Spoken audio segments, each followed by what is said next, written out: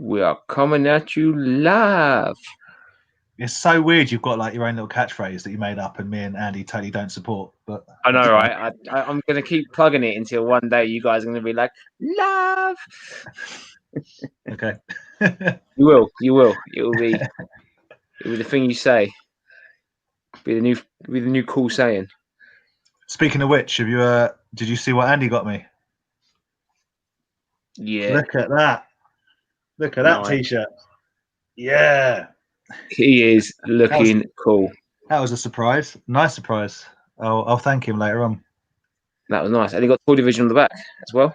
It's got the Toy Division logo on the back. I'm not even going to get it around, but yeah, it's on the back. But yeah, finally got something with my thing on it.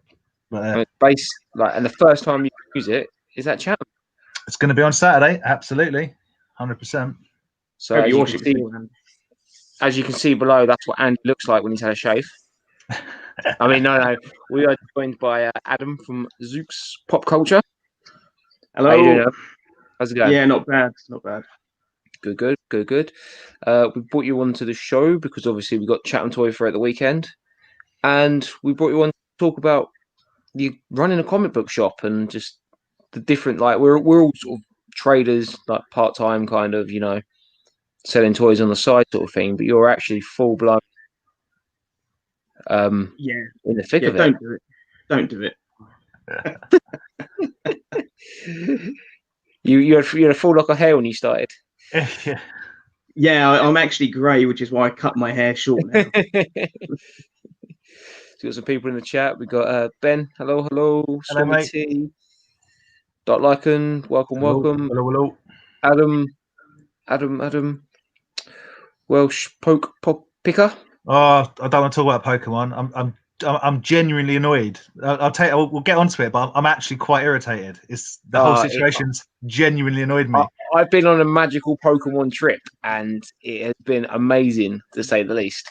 I feel like I've been mugged off over something that I couldn't care less about, and that's why I'm annoyed with myself. That I feel like I've been embarrassed over something that I actively have no knowledge or interest in. Anyway, yeah. Badger Toys, will you be at Chatham again, Badger Toys? Good to see you, buddy. That's no Pete. How you doing, mate? Carlos, welcome. Hello. P, hello, mates. PP. Sam, bro. Yo. Rob's in the chat. Robbo. Hello, Rob. Don't fall asleep. That's because I've been up since 4 this morning. Right. If you like I said, if you do want to leave at any point, you're more than welcome. Don't be obliged to stay for the ramblings. Well, I just want to see a certain someone in his tank top. You want to see Andy? You want to see me? Jimmy might enjoy me getting fired up if we do get on to talking about Hell in a Cell, which I haven't watched it, but I obviously know of what happened and stuff. I actually tried to apply for the Thunderdome, the SmackDown Thunderdome thing. Amazing.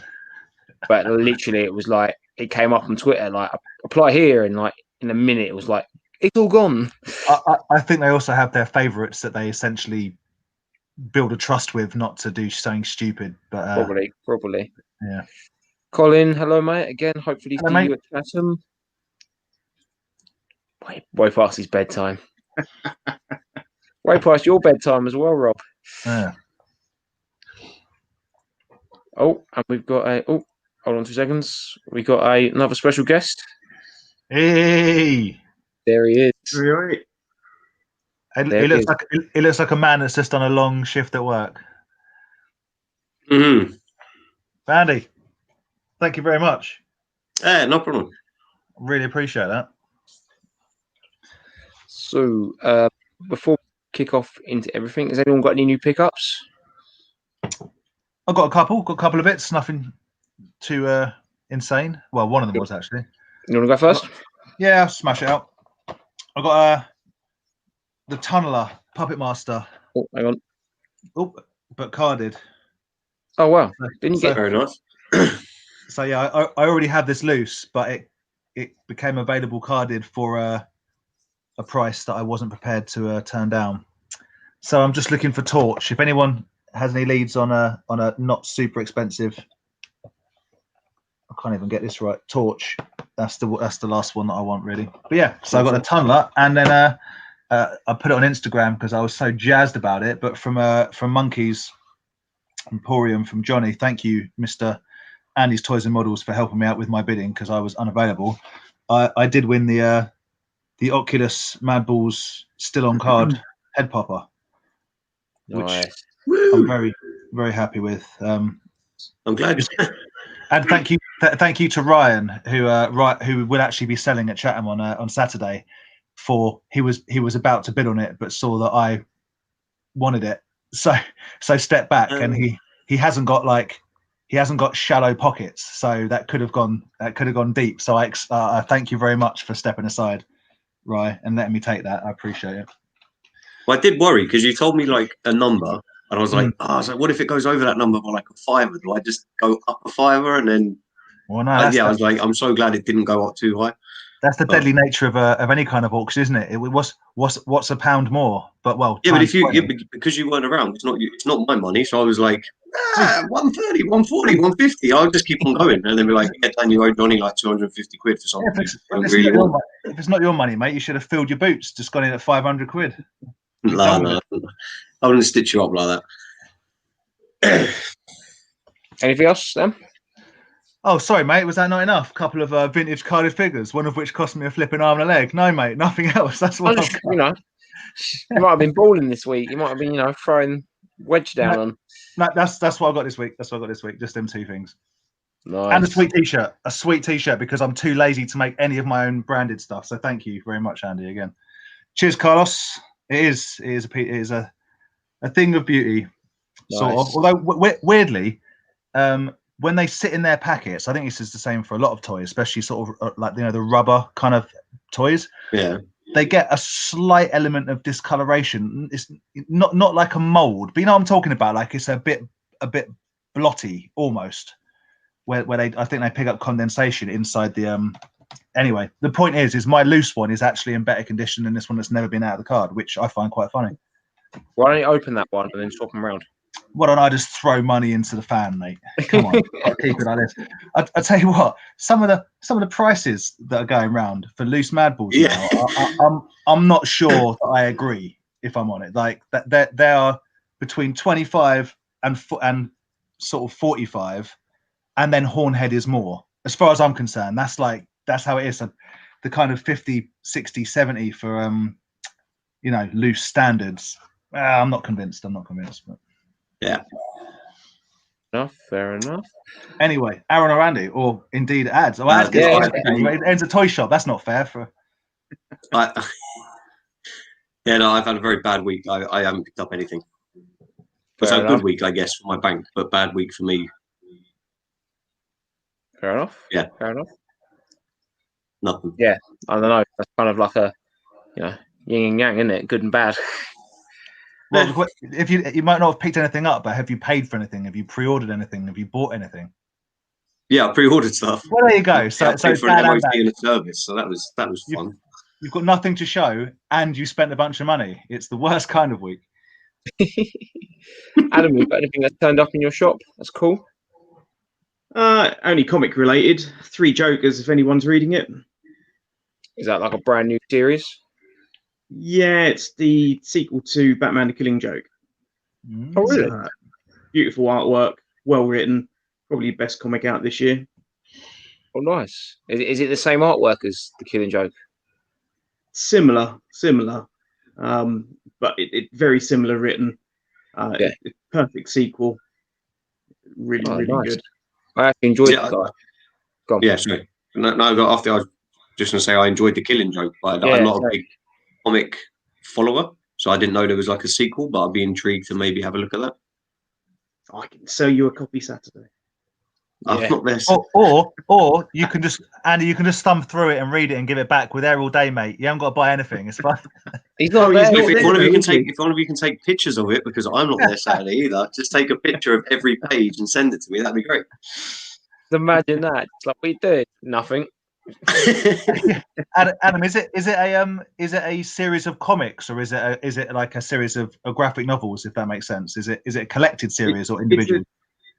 series of 3 comics. So the final one came out today, but it's in a prestige format. So it's a $7 book. I think they're 62 pages a book, but it's a prestige format book. And the graphic novel's out in 2 weeks' time in a hardback. Oh, so it's but the copies you've got, it's the whole thing in one. No. It's the 3rd issue came out today, so it's only 3 issues. It's part of the DC Black Label, so mature content. Well, I am quite mature, so I might have to treat myself to that at some point. Or if it's on par with Killing Joke, then it's going to be a good one. Cool. Killing Joke's considered one of the best sort of Joker-related stories ever, isn't it? It is, but it's now considered very controversial as well. Oh yeah. How so?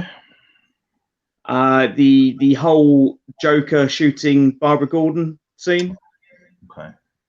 And you didn't? Isn't there there's a really suggestive scene, like picture in there, isn't there? Yeah, it's left to your imagination, and if you're a bit of a wrongin', your imagination takes you the wrong way. Well, I am quite mature. So You're a massive wrong. A wrong. Awesome. Cool. That's I got a birthday boy. What do you get? what did Aaron get for his birthday? As I said, Vic got me the Tony Hawk's game. Excellent. Nice. Make it bigger.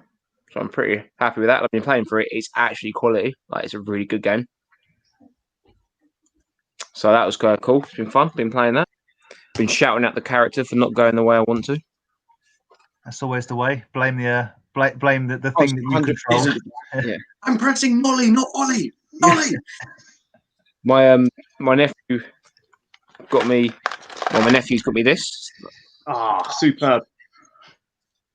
So it was quite funny. So he got me that. We opened it up. They came around in the morning, and he comes up to me and goes, "Aaron, Uncle Aaron, I'm really good at building Lego." I was like, "All right." He's like, "Yeah, I can show you how good I am at building Lego, and I'll build this for you."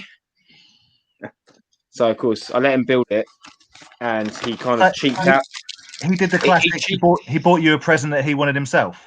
Yeah, he cheaped out on me and only bought the crib. He only built the crib and left the rest. So at least you still get to make some of it. I mean, I understand you have to let nephews do things, but back off. Yeah, I know, right? I was a bit like, no, that was cool. That was cool. Again, Vic just handed me these. She got me some alien chopsticks. Nice. Apparently, I suck at using them, and she wants me to learn how to use them. Yeah, I don't want to. I mean, they're awesome and that, but I don't want to ruin it. But like, novelty chopsticks aren't the best way of improving your chopstick skills because the balance is all wrong. Yeah, but then the idea is if you can use these, then surely you can use a normal pair of chopsticks. Well, I guess so. Or you could just take them everywhere and then whip them out. You know, when you come into a restaurant. And if it all fails, you can use it as like a little spoon. So like, that's what I'll be doing, scooping it up. They're pretty cool. And you know that the Star Wars statue that I've got, the Rebel pilot. They're made by the same people. Kobayashi, I can't say it. Yeah. Oh, cool. And while I was down in Devon, nice little surprise. I got Origins Scareglow. So they had Scareglow, they had 2 Orcos and Battlecat. Yeah. So I went for Scareglow. It was pretty cool. Scareglow means nothing to me as an original figure because it was one that I never had. I know it's quite a sought after. A lot of people like the original figure, but I just never had it as a child, so I've never cared about it. So if I was going to own a Scareglow, I'd definitely get the that one. So I know people's pre-orders are, they've pre-ordered cancelled, and apparently like Toy Masters seem to have picked up these figures for some unknown reason. So it'll be at the Chatham Toy Fair for £100 if you want it. I was going to ask that. Are you keeping it or are you flipping it? I don't know. He's selling it. I might give it to a new home for a proper a collector or someone who hasn't got it, like for £100. For £100, yeah. It's a business. You don't get toys to enjoy them. You get toys to make money out of them. Disagree. No, Help someone out that might need it.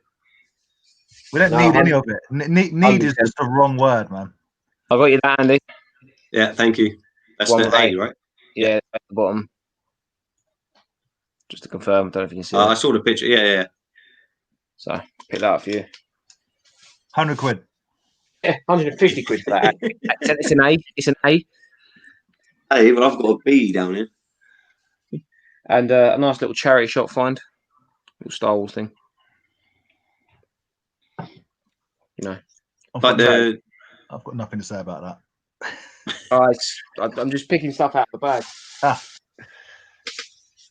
Yeah. That's it, really. Apart from getting loads of bottles of whiskey and stuff for my birthday. Because you're an adult now, proper, with responsibilities and all sorts. Gets worse, mate. Honestly, it just gets worse. It's worse, does it? That's why everyone's buying me alcohol to get me through it. Yeah, Yep. just to prep you up. Let's have a quick look at the chat quickly. That's what. Quickly say, David, Ads is Adam, who runs Zook's Toys and puts on the Chatham Toy Fair. If you missed the start bit, that's who Ads is. He's a toy responsible pro. for us having toy fairs during COVID. That's it.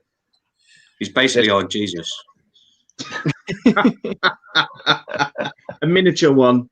Jesus. And if you don't know who he is, if he comes to the toy fair, he'll be the one shouting at me to hurry up to Yes. Yeah. back down. I've noticed on the email he sends around, he might as well just put Aaron, pack down. I cannot afford to.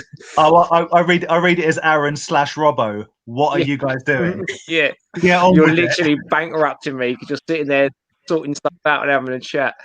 Get it in the box. Get it in the car. Get out. Evening, Thomas. Hello, mate. Good man. So yeah, I pre-ordered I think they're the vintage line ones. Yeah, they look really basic on budget, and I love them, but they look I can't swear, they look awful. They look like vintage figures, but Mandalorian characters, right? But I think that's why I love them. They've got like really bad vinyl capes. They've only got 5 points of articulation. I don't know what the cardboard looks like, and I'm probably going to rip it off anyway. But like, I don't know. They just look. I very rarely pre-order stuff and get excited when it comes to Star Wars stuff. I'm pretty excited to get them. You're pretty excited about the Christmas ones. Oh yeah. But again, they look awful. They look terrible. Yeah, they're rubbish. You've wasted your money on every level. You've wasted all your money.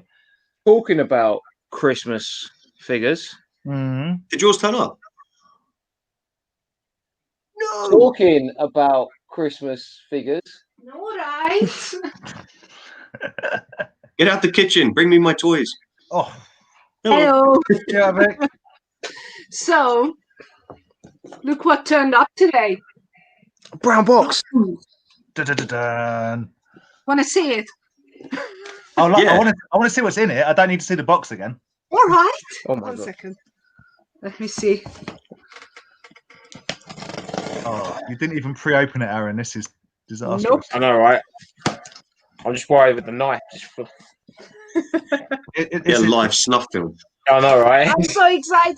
Is it a box full of Charizards? I wish. That's our Did I next miss it? segment. Yeah, I was going to say, have we talked about that yet? I think I you missed the can beginning. tell where it's from. Is Anyone I've can never- tell? No. Seriously? Is it a piece of Castle Grayskull? Is it a turtle's back? Is it Anyone in the comments? Come on. leg? An elephant's leg? I was going to say in demand, but none of mine have come with that bubble wrap. Nope. No. Ah, really? Star action figures. Yeah. That is the bubble wrap. I thought that was the toy. Oh my God, I'm so excited. Ta-da! Yeah. Oh That my one's so God. much cooler than the one I got. Yeah, but it's the new box again. Oh, But take it out of the box. It's going to be a Christmas decoration. I will take it out. Look at that. I'm sorry, but that's so cool. I didn't actually know that one was in the UK. I've ended up getting 2 different ones. It was I've got No, like a candy this one is cane the looking UK one. exclusive one. Yeah. No, I think the all red one's the Let's see. Oh my god, I'm gonna open it. what was in the other one? Oh yeah, 1 second. I show you the other one. That's nothing to open on Christmas Day, Vic. Honestly. Oh my god! Even the boots are like fake snowed up. Oh, that's gonna be the top ornament on the tree. Look at the shoes and everything. The boots. That is cool. Has he got like a blue sword thing? It's got like an ice gun. No, that's the yeah. It's like an ice gun. I'm Breathe. sorry. I'm loving this. I love him. For all the haters. And the other one is this one. The Galaxy's Edge Mountain Trooper. I'm not excited about that. Christmas ones, yay. I love it. Yeah, I can open it. So cool. I love it. Ah. Andy. Andy, Yeah. you should definitely get it. Well, I need to find. I didn't realise that one I could get. I've got 2 other ones coming. I think you can still get it at Star Action Figures. Adam's gone. Okay. Lost Adam. Yeah, Adam's Adam had enough. Adam's lost He was like, interest in our innate Yeah, he's band. like, He was like, no. I've done it at Christmas figures. Oh, his phone's frozen. He'll be back in a minute. He just said. Anyway, I'm going. Andy, you can't. See you in a bit. Jivik. Yeah, Vic. You can't. You got to save your money, mate. Because I saw that. I can't remember if it's Neck and McFarlane. I can't remember. You might be able to tell me that it would appear they're making new and improved Demolition Man figures, Adam's back. Yes, which I was assuming you're excited about. I am. I am excited about the demolition figures. I can't remember the company. I can't. It's not McFarlane. I don't think it's Necker. No, Anyway. I'm not sure if it's just concept art or if it's actually like in production. But yeah, they look pretty cool. And you know you were talking about the Princess Bride doing Funko Pops. No, I've got those already. McFarlane doing Princess Bride actual figures. Have you got the Andre the Giant massive Funko Pop from that range? Oh no, I don't have that. Yeah, you might have to get that. I know you love the Princess Bride. Yeah. Stuff. Evening, Dane Star. Welcome. Hello, mates. Skip diving for toys. Well, Was it random skips, or did you think there was something in there? Do you know what I mean? Is it just diving in any one skip, or? I can just imagine him like just going in like full scuba gear, just jumping into. Yeah. Well, you got to be careful. I mean, if it's full of wood and nails, that's probably not. No, we'll get onto the Pokemon grading session. I would. Are we talking jive, or are we talking to Adam about? I've got some actual toy related questions. Toy shop. We will, yeah, we will definitely get onto Adam. Okay. Hello, Blue Harvest. Welcome. Hi, so does Adam collect toys as well, or you're more of a comic guy? Neither anymore. Oh, okay. Really bad that I own a comic shop. No, I'm sure there's loads of people that. I think one wanted it Lego Jesus. I sold my collection to fund the shop. Right. Okay. So I started off like you guys, trading every weekend, and that was my comic collection, about 15,000 comics. Wow. Okay. Now I own nearly 100,000 comics. But it's a business. It's a business, so I get to read and then sell what I read. Fair enough. Andy, you just been handed the golden ticket there. This is how to explain it to Claire. It's not a problem. Just start a limited company, right? So you're not a hoarder. You haven't got a problem. You haven't got too much stuff. It's a business. You're going to get rid of them. It's fine. This is welcome to Mark Blue Harvest Vintage Toys. Welcome to Andy's world. Yeah. They look so awful. I love them. There's like I don't know. If you get a picture up of them, they just look so budget. But they are so budget. Find them. Yes, it's awful and it's great at the same time. She's happy. So, Ads, is there anything that you do, anything at all that you do still collect, or is it? Are you now because you see so much of it come through, you don't feel the need to like retain it? He now collects dollar bills. He sold everything for money. $1 bills, y'all. The spare room's full of Lego. Okay. So, but I'm sure the missus only buys me Lego to keep me quiet when she wants to watch a movie. Go to your room. What? And Follow the sound. to be Like a fair, rattling Lego box. Lego is a fairly sound investment as well with regards to resale. It's never probably going to be. It's usually not worth any less than you pay for it. So. No, exactly. If you got the original Star Wars and Harry Potter Lego of about 10 years ago, that's where the money is. Do you have any 1970s Star Wars Lego? That special 1970s Lego. So me and Aaron met a guy at a car boot that definitely had some 70s and 80s Star Wars Lego. Oh, he had lockups full of it. He's going to bring it down. We're going to do a deal. Never happened though, for some reason. I've actually got, jokes aside, I've still got all the 90s Lego Star Wars in the lot in my mum and dad's loft. Yep. Need to break it down and build it. Well, me and my brother we broke every bit of Lego down, put it all into like color. There's like how many different boxes up there just with individual color pieces in there. You broke it into color. That's a tedious Well, way of doing it. We're going to build it up. He's got his space Lego. So the old school stuff, the blue and the neons and that sort of stuff. The neon stuff. He's got the old school castle stuff. Yep. The old school pirate stuff. Yeah, I've still got a pirate ship somewhere. Yeah, so he's got all that, and then you've got me, who's got all like the 90s stuff in there. So like the reimagined, because they obviously every like generation they just bought the same line out. They just updated it, didn't they? But made it so much better, man. Like you've seen my loft; it's full of flipping Lego. But annoyingly, I'd get there's some of it I get rid of, but some of the Star Wars stuff, like I like the Clone Wars stuff. You know, like the drop ship with the I can't remember what it's called now. You know what I'm talking about. The big walker thing with a drop ship and like the Crumb bomber and turbo tanks and stuff. There's some really good stuff, and I like the original Lego. But you see it side by side, it has definitely got better. That's for sure. So, Adam, what's your favourite Lego piece?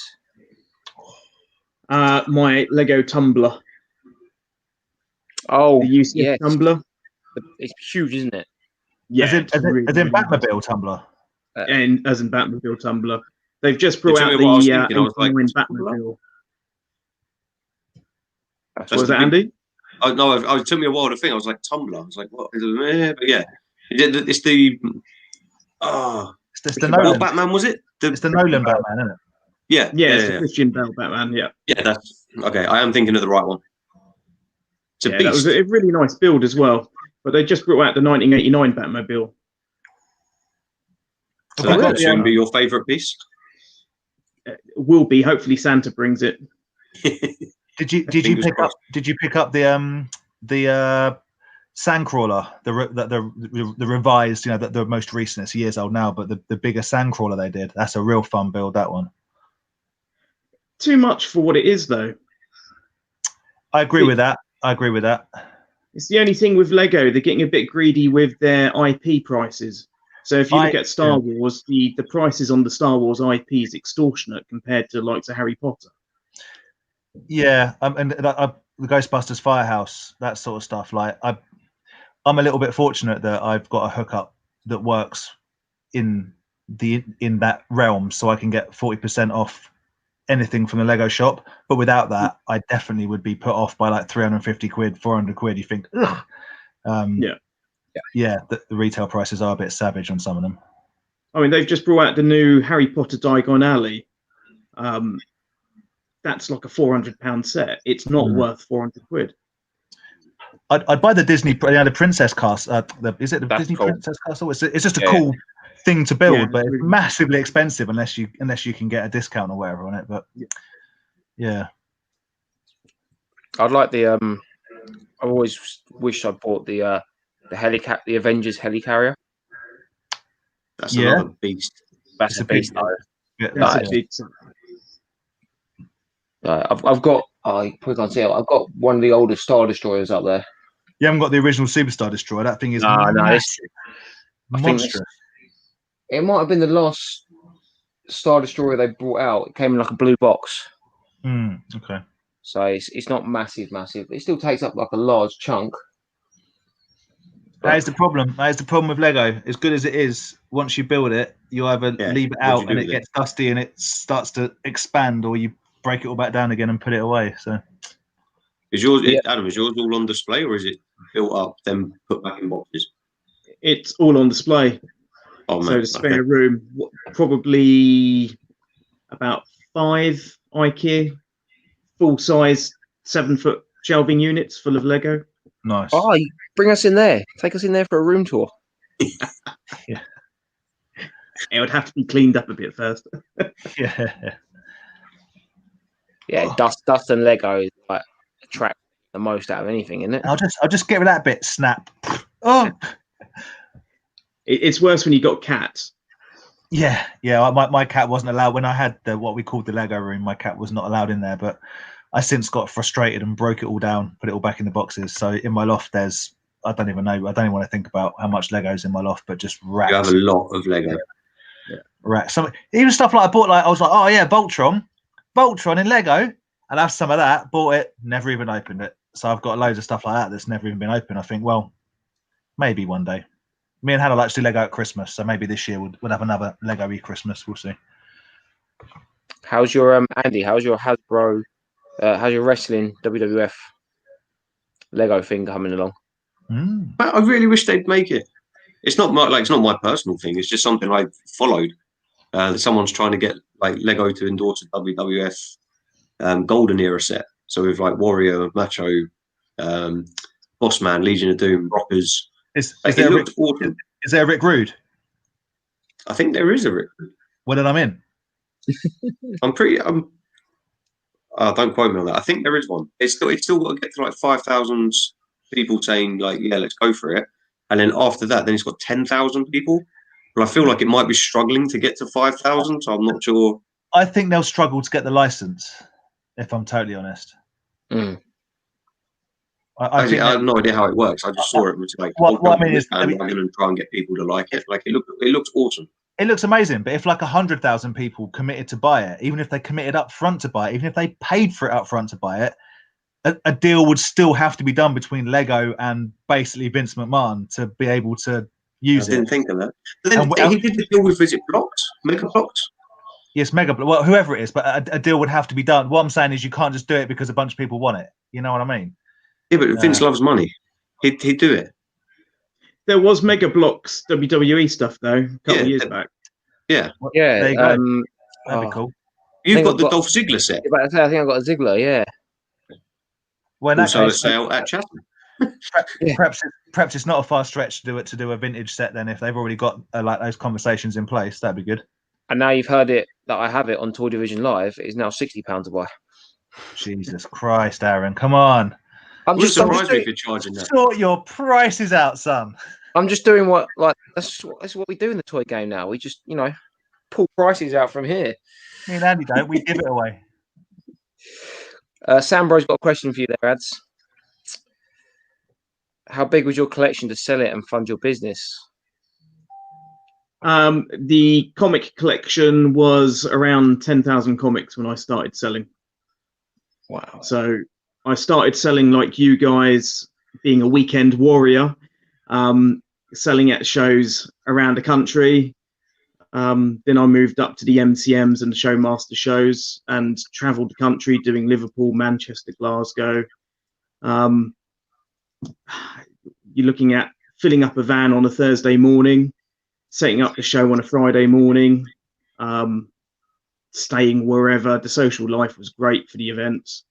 And then rocking home at like 1, 2 o'clock of a Monday morning and doing it all again the following week. Nice. Did that for about 5 years and then finally met my missus and decided to settle down to open up a shop and stop traveling the country. Fair enough. So she ruined your fun, really. No, I'm joking. Once again, a female ruins it for everybody. Sounds like a proper rock star lifestyle, like on the road, traveling around. I tell you what, the events, if you're starting out and you can, I mean, COVID's killed it all at the moment, but if you can travel the country doing the events were great. The social life, being in the bar all night long, and depending who you are, you can get in with the celebrities of whatever show you're at, and then you've made contacts. I mean, I've made so many contacts now, but it was a great life. However, being in my mid-40s now, to do something like that, I'll be dead for the next week. Yeah. No, yeah, those weekend shows, they're tiring, but they're awesome, aren't they? Yeah. MCM, I don't know if you guys have done MCM, but MCM is like a superb show to trade at. I have not. This was going to be the year. Yeah. You had it booked up, didn't you, Aaron? Luckily, I didn't. But I did Showmasters for the first time, and that was like to test the waters and see how it goes. But yeah, what event was that? The LFC Spring. Oh, okay. LFCC Spring. That was in like February, wasn't it, or something? Yeah, it literally was, because everyone was talking about COVID there, and like, oh yeah, everyone was talking about it. It was happening, but everyone was still at Comic-Con getting on, like doing everything, and then like literally like 2 weeks later, it was like lockdowns everywhere. It was bad. The only problem with doing a Showmaster show is the amount of celebrities, because your customer will want to spend money on celebrities getting signatures and photographs and spending it in the dealer hall. So the last Showmaster show I did had Michael J. Fox there and the Back to Future reunion. And a lot of my regular customers are coming up to me and they're like, oh, we just spent 300 quid on this photo and £300 on signatures. And you're like, you got any money to spend on my stand? And they're like, no, next time, we'll catch you in a couple of months' time. What can I buy for this £2 coin I've got left over? Yeah, exactly right. Whereas if you do an MCM show, there's not many guests. The dealer hall's massive, so there's more chance of earning more money. No, it's I not enjoy MCM. It's not something I'd ever do personally, because basically when I've sold the stuff that I'm selling, which is mainly my personal stuff and things we've picked up in the last couple of years, then I won't be selling. I won't be selling anymore. I'm only selling stuff so I don't own it anymore, if that makes sense. So yeah, I stick with local. I'm very lazy. I'm very lazy in general, especially about toys though. But I had actually a little thing on my Instagram pop up like this time a year ago, and it was the MCM of last October. Cruel. Like, this time a year ago, you had a life. You had some this friends. time a year ago, I was allowed outside. I could be with more than 6 people. I could go to a place and not feel bad for not washing my hands. I have a question. You always wash your hands regardless. Yeah. It didn't matter back then. It was a different time, Andy. It was a different time. Andy. It wasn't the new norm. Don't step on my freedom, Andy. Yeah. I got a question. I got a question for Ads, if that's all right. Go for it. Yep. A few of our friends that also have sort of toy establishments have mentioned, and I was wondering if it affected you, the fact that it would appear as soon as toy shop owners pre-order and buy in, especially a lot of Hasbro stuff, it then appears in places like Tesco's for considerably cheaper than you guys have bought it for. And I was wondering, is that a problem for you, or are you more niche? Are you more bespoke than the kind of general churn? I know a lot of people are struggling to get good prices on stuff, better than the supermarkets, basically, and like B&M and Smiths. Yeah. The thing is with B&M, they buy in liquidated stock. So it depends. A collector will know what B&M has and know exactly what it's worth. Whereas someone walking in off the street will see a figure I'm selling for £20-25 in the shop, and they'll be like, well, that's in B&M for £10. When it's not. B&M's got stock that's 2 years old because they've brought Walmart's liquidated stock and sent containers into the country. When it comes to the likes of Tesco, they don't care what they sell it for. It's a loss leader to them. But various Tesco's, or my Tesco in particular, doesn't sell anything like that. Right. They recently brought in the English version of Marvel Legends, which isn't a boxed, it's a blister carded figure. Yes, I've seen them. Without all the accessories. So it's not really the same thing. But with my shop, I try and be more like Disney stores. So I'm not really trying to cater for the collector. I want to try and capitalize on the people that watched the movie, played the game, seen the TV show, and bring them in. I personally feel that's the way forward for this line of retail, because especially in comics are becoming a very niche thing. The comic book market, physical weekly comics sales are down year on year, whereas graphic novel sales have gone up massively. Graphic novel sales are 2 to 1 compared to weekly comics. Okay. So if you're not selling graphic novels, your business is going down the tubes, really. I mean, I don't know if there's any other comic book dealers on here, but weekly comic book sales are really poor unless you're dealing in silver, golden, and key issues. Yeah, I've always been drawn more towards either obviously graphic novels for the content, but the reason I asked earlier on about the Joker is, unless you are in my world, unless you live near a comic book shop, I used to buy comic books from like the newsagent, maybe even WH Smith when they had a bigger selection, and that dwindles and dwindles, but it was never regular, so you'd miss episodes because they just didn't get them in. So unless you live near a comic book shop specifically that I am going to get weekly or whatever it may be, I've always taken a stance of I'll wait till it comes out as a consolidated, Yeah, I agree with that on that. I'd much rather buy the graphic novel than wait weekly in case you miss one and you're like, yeah, and I always used to miss one. You go back to the 80s where a lot of the stuff was sold under newsstands. I mean, I remember going to newsagent and the comic was 40 pence. That same comic now is £5. The supply chain went to direct market over newsagents. So you then had comic shops popping up everywhere. And with the 90s, comic book sales exploded. I mean, everyone became rock stars. So Todd McFarlane, Rob Liefeld, they became rock stars overnight by creating Image Comics. They're on the late night show of Jay Leno and all these sort of things, But now you jump forward to now with corporates owning the comic book company. So AT&T owns Warner Brothers DC, Disney now own Marvel. AT&T have recently got rid of 500 members of staff. The DC staffing levels dropped by half over COVID. They've looked at comic book sales and they don't want to deal with direct market anymore. They want to deal with your bookstores and your Walmarts. Yeah. It's only a matter of time until Disney go down to Marvel and start slashing Marvel. I mean, what the theme parks, they made, 24,000 redundancies last month. And that's just in the theme park. Full paid. Yeah. So Disney are looking to save money. AT&T bought Warner Brothers and DC Comics earlier this year and have not made a return on investment. So they're looking at slashing everything. So what you're telling me is I'm not going to get season 3 of The Punisher, which is upsetting.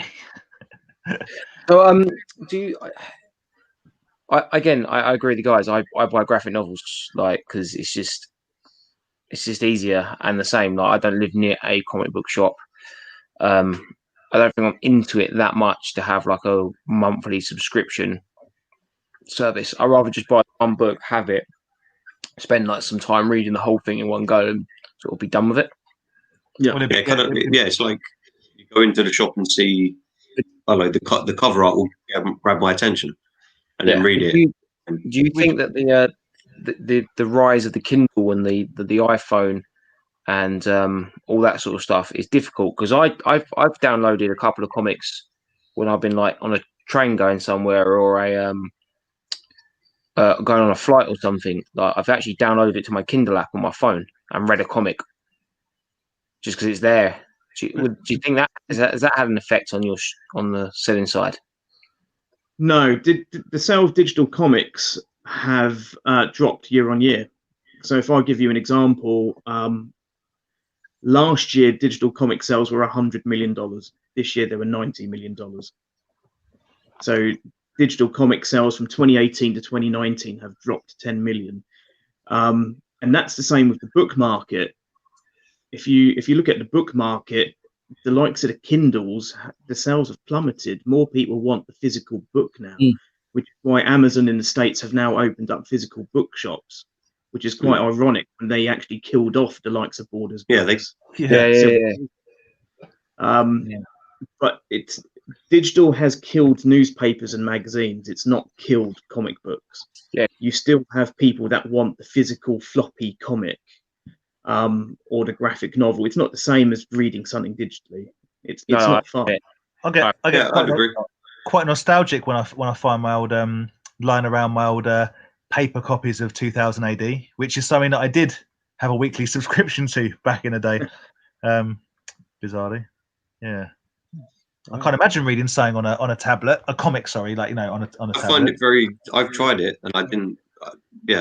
Didn't it was handy for the moment because it was like, oh, I don't know, there was nothing I wanted to watch because like getting the train, like you go through tunnels and everything, you lose your signal and stuff.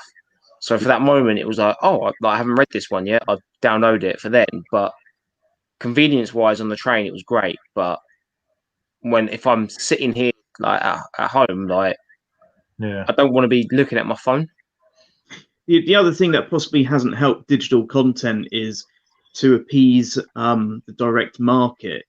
Marvel, DC, and other publishers agreed to sell the weekly comics 3 months after physical print date, and the comics were also the same price as what a paper comic was. Right. So you're paying $3 for the comic digitally or $3 for the comic physically, which makes absolutely zero sense. Surely you're going to want some level of not only resale value but certainty. Dude, I've still got a cupboard full of CDs and vinyl. I like having physical things because I'm convinced that all technology is going to crash at some point and I'm going to have to rebuy it all. I like having it. That's the same with like video games. Like you can go into CEX and buy a game for £10. Yeah, you go on the marketplace on Xbox and it's £45 to download. So yeah, kind of brutal, isn't it? Yeah. Oh, a quick another question for you, Ads. Just someone, David, messaged me. You got a Gas Monkey T-shirt on, so I'm assuming you're a Richard Rawlins man. Favorite car? Favorite car? American Muscle or otherwise? Dodge Viper. Oh, mine's a Hellcat Challenger 2, but similar vibe. My brother used to have a Ferrari. So his agreement for his house, he used to have a garage, and it was like foam padded in the garage and everything for when he parked it inside. But his agreement when he got married was him and my sister-in-law got married in Italy. So he drove the car to Italy, and they had their honeymoon driving around the Tuscan countryside. But when they came back, he had to sell the car to start a family. Another example of a great man being taken down. Sorry to lose the two bottom guys. Richard disagrees that Disney will get rid of the Marvel comics. They know the stories and interesting feeds of films. I didn't say that they would get rid of Marvel comics, but they will downsize. What the likelihood they will do with Marvel comics, and they're doing something very similar right now with IDW, and that's leasing out the titles. So they still own the IP, but they will lease out the IP to another publisher to save on a writer, a colorist, a penciler, an editor, print costs, etc. So it's like they lease out the IP to Hasbro to do Star Wars and Marvel Legends. They will do that with the comics eventually because they would easily make more money by not being publishing themselves. Yeah, no, that's the same with Boom Studios taking the old Power Ranger stuff on, and they did a crossover with Teenage Mutant Ninja Turtles and a crossover with DC Comics. So yeah, I do agree slightly with what Richard says. People don't love Star Wars like they used to. I think there is an element of Star Wars fatigue. I don't think it is. I think people really do love Star Wars, and I think that's why. It's like Star Trek. They're so protective of it. So, yeah, I think they love. People look forward to things like The Mandalorian, but I don't think the fever is there. And even for the merchandise, man, I think people that love Star Wars merchandise still buy Star Wars merchandise, but I don't think anyone just buys it like they used to. That's just everything. The Mandalorian, it sells out. Mandalorian for sure, but they do it right. The fans react, and they. But do you know with what I mean? Mando, they didn't oversaturate the market. True. No. Whereas if you look at apart from a little green bugger who appeared on everything ever, but yes, yeah, I know what you mean. If you look at all the Hasbro figures, though, they just oversaturated the market with it, which is why everyone had them as peg warmers. Yeah, and like weird Force Link stuff, and I don't know. And some of the it was really bad as well, man. If you ever go into an entertainer around the time that like Force Awakens came out, some of the merch was genuinely bad. You know, it's just badly made, looked bad. Everyone went mad for the Force Awakens. Yeah, then they saw it. Then they saw it and went, well, "I've already seen this film. I've seen this film." Everyone did a Phantom Menace. They went out, they bought it, they went crazy for it, and then the film came out, and it was like everyone took a step back. Mm. But then they've got. I think they've learned from their mistakes with the Mandalorian, given it to the right people to write a great story. I know it's a basic story, but it shows you don't have to make things overly complicated to make it. You know, my favorite Star Wars film is Rogue One, and I think Solo was absolutely brilliant. I thought it felt like a Star Wars film. I hope they make more. I hope they make more. Film, rather than trilogies and series and series would be cool. But if it hasn't got a Rancor or the Sarlacc in it, I'm not that interested. So I think you're more likely to see more TV shows on Plus rather than physical movies. I agree. 100%. I agree. Yeah, agree with that. So, guys, if you've sent a question in and I've missed it, whack it back down below because I'll try and go back up the chat. Someone mentioned wrestling at some point, but we'll get back to that. Get back to the wrestling because I think that can go on for a while. Yeah, I've got the Ash Williams tiny Toonie Terrors. That's the one that I didn't pick up from Nerdbase and then went back and got it from Nerdbase. Yeah, they're Nerdbase reopens on the 31st. We've got to go down there. Craig wants to see us down there. Yeah. The end. I've got no more to say about that. Jimmy, you're right. I think you mentioned about the digital downloads of games too, Aaron's when you complete and but then they don't make money on the trade, do they? And to be honest, I don't think I've bought a brand new game since buying my Xbox and getting the few games that came with it. Everything else since then has been pre-owned. There's nothing more disappointing than looking at like for my PS3. I've got games like Aliens vs Predator, Colonial Marines, games that I vividly remember spending like £45-50 on, to then not play, that are not good games, and you go, "Oh, I'll sell this," and they're like 25 pence max. So yeah, I wouldn't buy a new game again unless it was something like the one your Tony Hawk's game, because it's proven that it's awesome. It's an awesome game. It's just a better version of a good game. Isn't it just a rehash of an original game? Yeah. Whoa, rehash? That's a bit strong, mate. It's a reworking. They've put the stuff in the. They've obviously updated everything and given it a brand new look, but everything that worked in all the newer Tony Hawk games, they've put in it, and everything that never worked and people were a bit meh about, they left out. So you can do things in it that you couldn't do in the original ones, but it just makes it fun to play. As long as I still hear Superman by Goldfinger while I'm playing. Well, that's in there. Yeah, that's in there. Anthrax is in there. Rage Against the Machine. Everything you need. All the bangers. What's it? Kanye West said? The Tony Hawk games did more for music than the Beatles. Yeah, but he is slightly out of his mind, so we'll let that slide. Brad just makes a very good point. Solo was good, but could have had more Dryden Voss. I cannot agree with that more. I think Paul Bettany, Dryden Voss is such a good character. So good, in fact, I bought the Black Series figure. That's pretty much the only Black Series. I really need to see this film. You should, man. You'd enjoy it. You'd enjoy it. Yeah, it's a good film. I'm over. I think I'm over Star Wars a little bit. I was told Ah. I was told a story about that Dryden Voss wasn't even supposed to be in that film.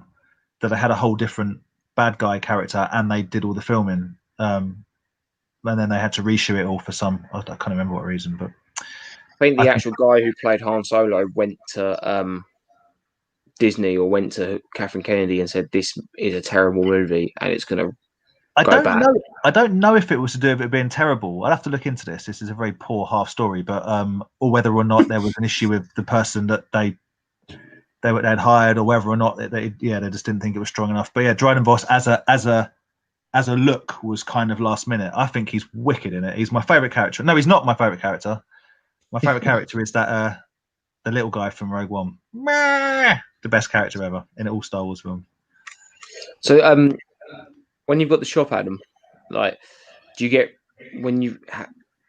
you wait for films to come out first before like jumping on getting stock in, or do you have to gamble at times to? I try and, since being in the Pentagon, especially, I try and map out what the movie and TV release schedule is. Mm-hmm.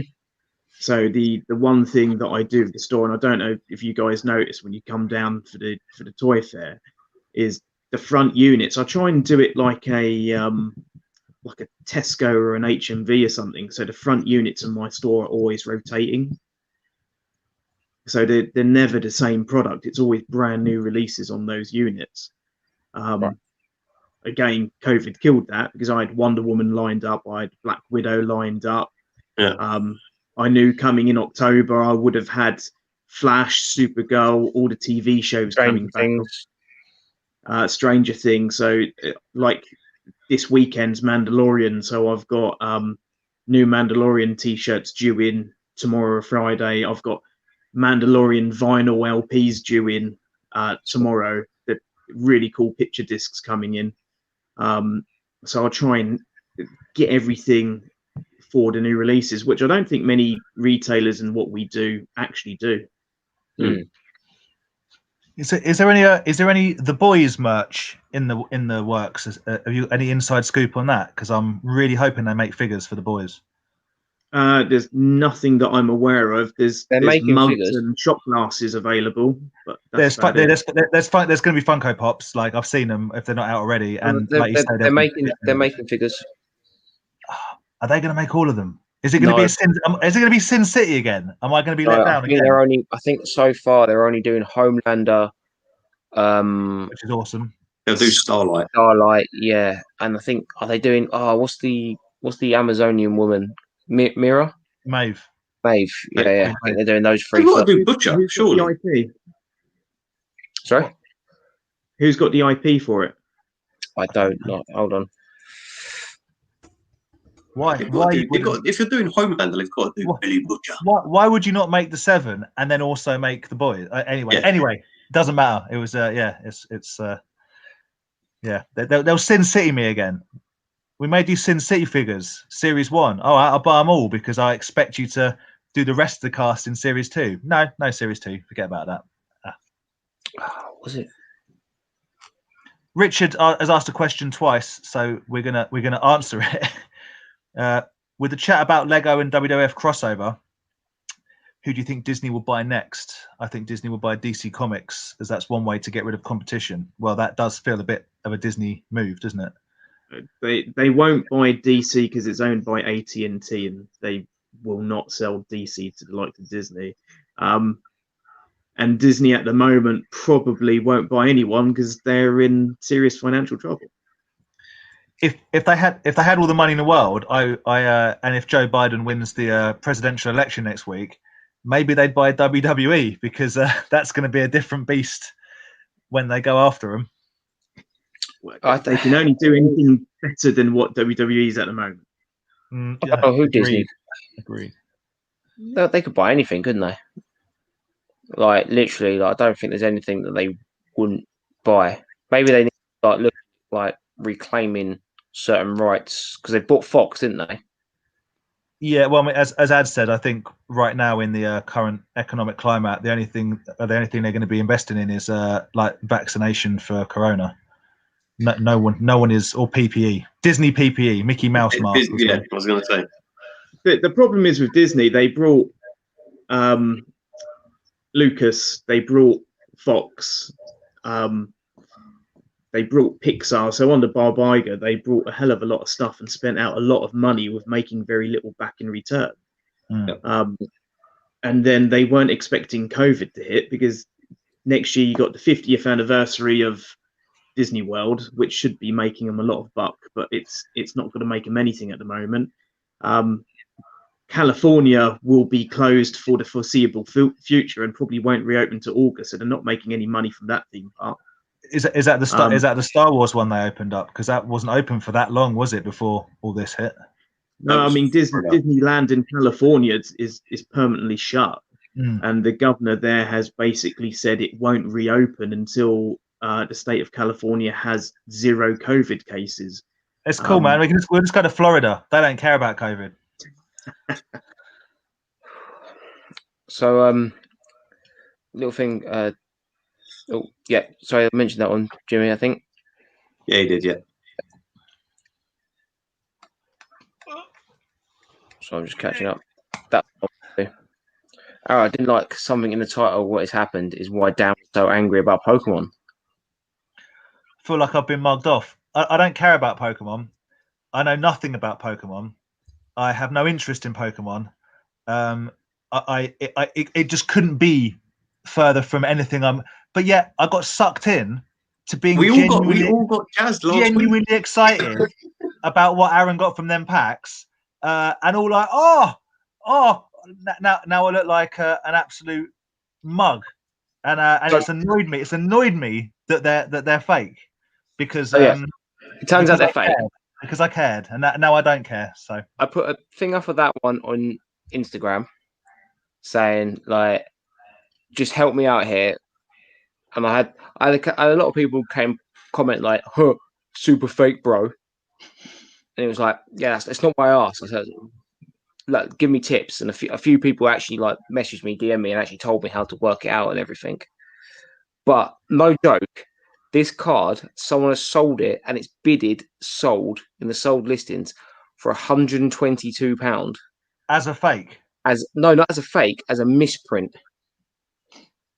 But is that a legit misprint or is it a fake? Well, that's what I'm saying. If it's this card, it's a fake, and it is. It's got the same stage. It's got everything's the same. It matches that. Dude, you took a risk at a booth. Oh, I'm not bothered about it, but it was quite fun. So if you ever, well, Andy's tech went mad then. But I've lost everything. If you ever, you're back. If you ever want to. If you ever want to check yourselves with the Pokemon cards, before we wreck ourselves with the Pokemon cards, if you rip a crappy, this is a real Pokemon card. You can see that you can probably see there's like a dark black line. Yeah. Because it's double carded. Whereas the fake ones, they don't have that extra dark patch. They're just full white. I don't know if it's coming well. I feel like that's quite a terminal way to test. Because what if it wasn't fake and you just tore it in half? Well, the guy did say like use it on the crappier cards that you've got. Right. But yeah, but you're not. But the question isn't is the crappy card fake? It's is the one that's potentially worth a lot of money fake? I guess if they'll all be fake in the pack. Well, yeah, if you pick the pack of cards up and got a good one out of it. And this is why, Jimmy, I'm angry because I was sucked into caring about any of this. We should have known they were fake when you got 3 Charizards, and I didn't. And you said the guy at the booth there had packets and packets and packets. He did have loads of them. You chose 3 random packs, and each pack you got a Charizard. It's obvious now. It's obvious now. I mean, the same day I bought some magic beans, got some snake oil. I was being very gullible that day, and I'm upset with myself that I thought maybe, just maybe, they might be real. But they're pretty cool, pretty fun. It was fun. It was interesting. I quite enjoyed it.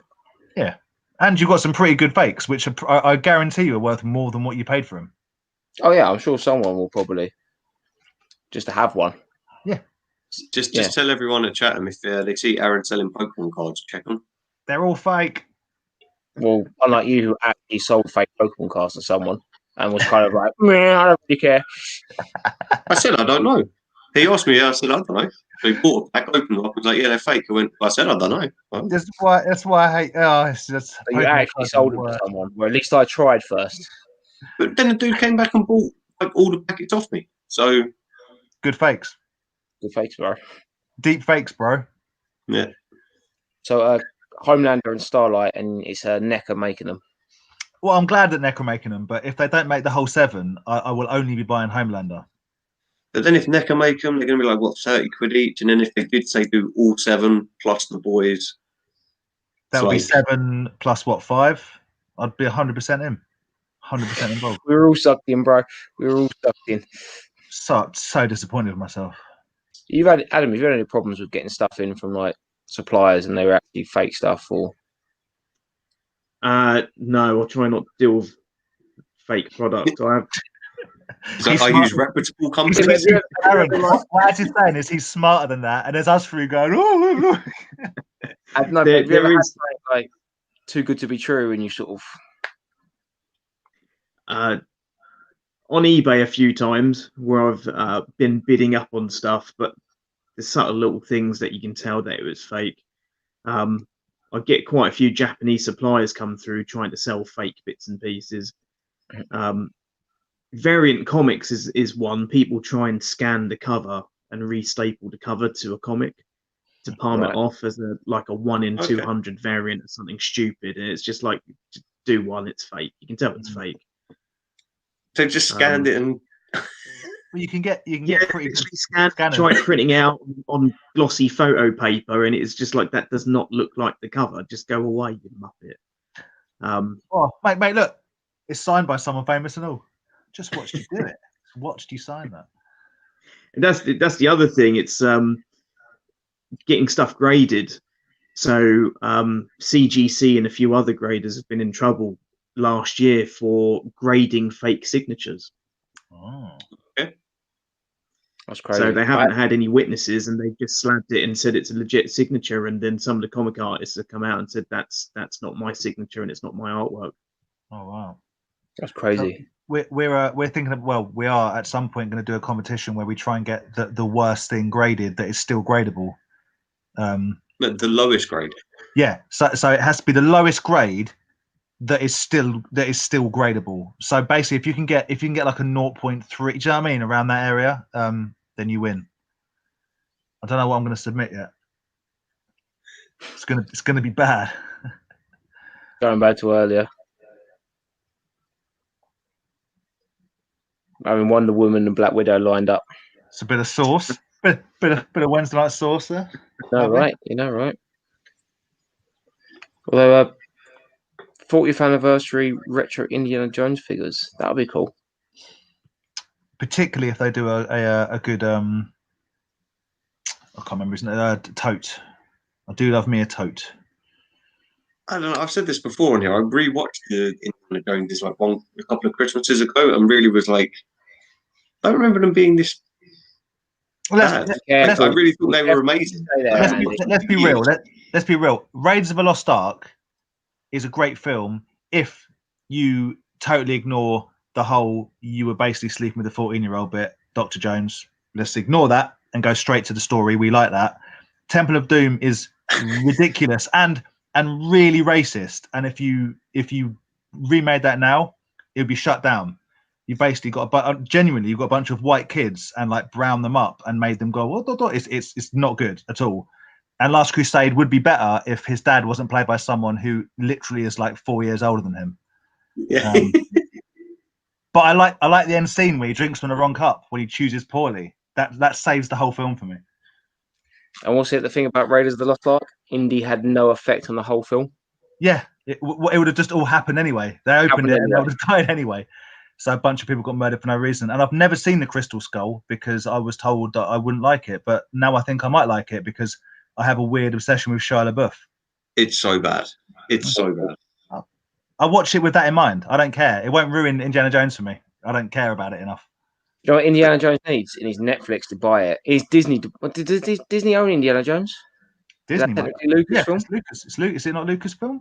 Is it? Yeah, yeah. They need to make a dark, gritty straight to like Nah, Disney Just streaming. make a stupid one. Make a funny one where it's like if they remade Back to the Future, I wouldn't care because I don't care about Back to the Future. It means nothing to me. So if they remade it all, whatever. A gritty Indiana Jones. What would that be about? Haven't you already got Back to the Future figures? Loads of them. Eka. Playmobil. No, I don't think they've been. I don't think they're released yet. I think it was pre-order. I think. Oh right. I've seen. Is it the Toon ones? There's of all things Back to the Future. There's a cool. Is it Biff? Yeah, Like he's the an old character. but like cartoon version. It's like quite Yeah. a character. There is like some didn't Back to the Future have like a little cartoon at one point? Or, that's where those toony kind of NECA figures come from. There was actually a little cartoon of Back to the Future back in the day. Andy, how would they have found the Ark if they didn't have Indy? Because they were digging. They were But digging, they were digging in the wrong place. Yeah, and then they were eventually, if they're digging, they'll eventually have moved over to it. So we're saying eventually they'd have found it. Yeah, eventually they'll have found it. Okay, fair enough. I'm just going to railroad this conversation. Did anyone watch Hell and Tell? I was about to say, I'll let you guys have your moment now because I don't want to talk about it. It's too upsetting. Why is it upsetting? It's upsetting because for me, only one result really interested me in it that I thought was a good thing, which was Sasha Banks taking the title off Bailey. That's good. That was the best match of the whole thing. It's a good match. Bit long, but it was good. Drew becoming a champion to nobody, fighting in front of nobody, and then losing his title in front of nobody to Randy Orton of all people. So now you've got the Miz.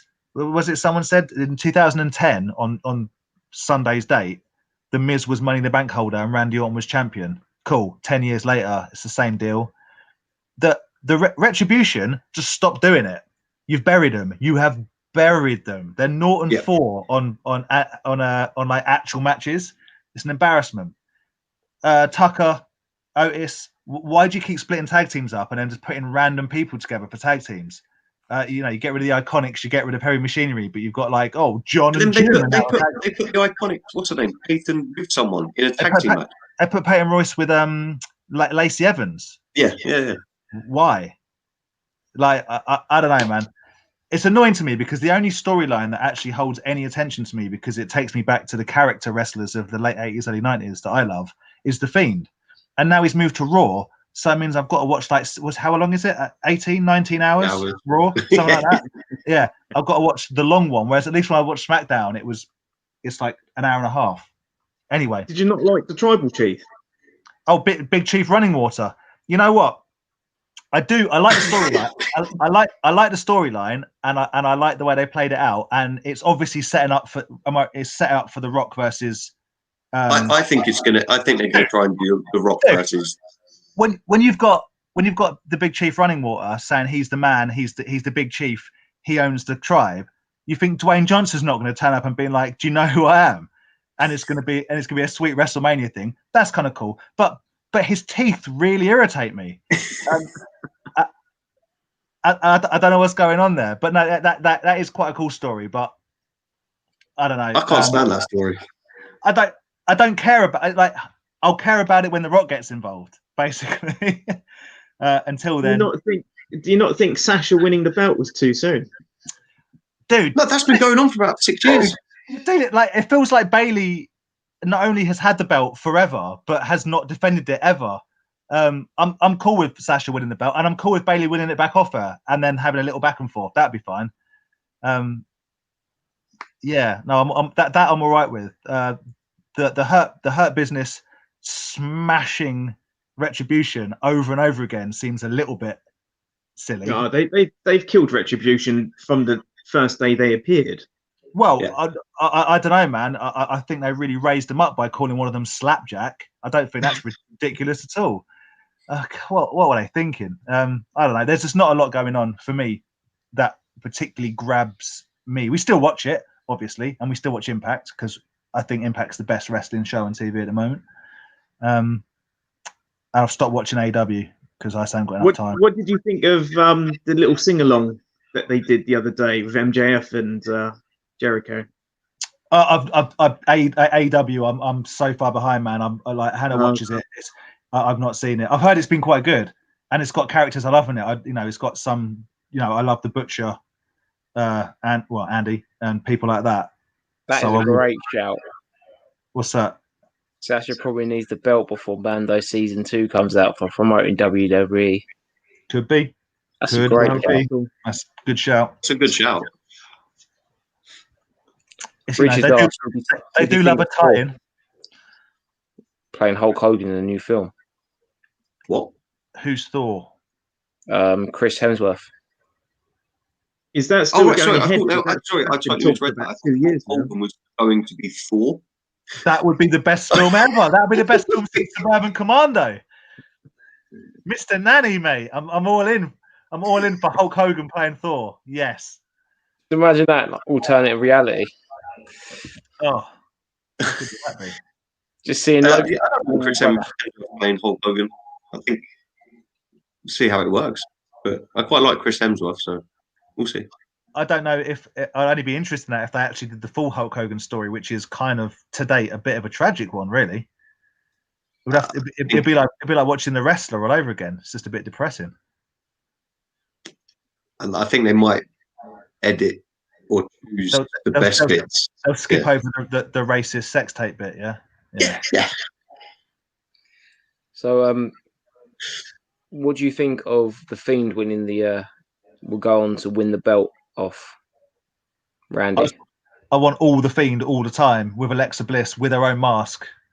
I'm 100% invested in that because it reminds me. To be honest, that's the only thing when I go on YouTube.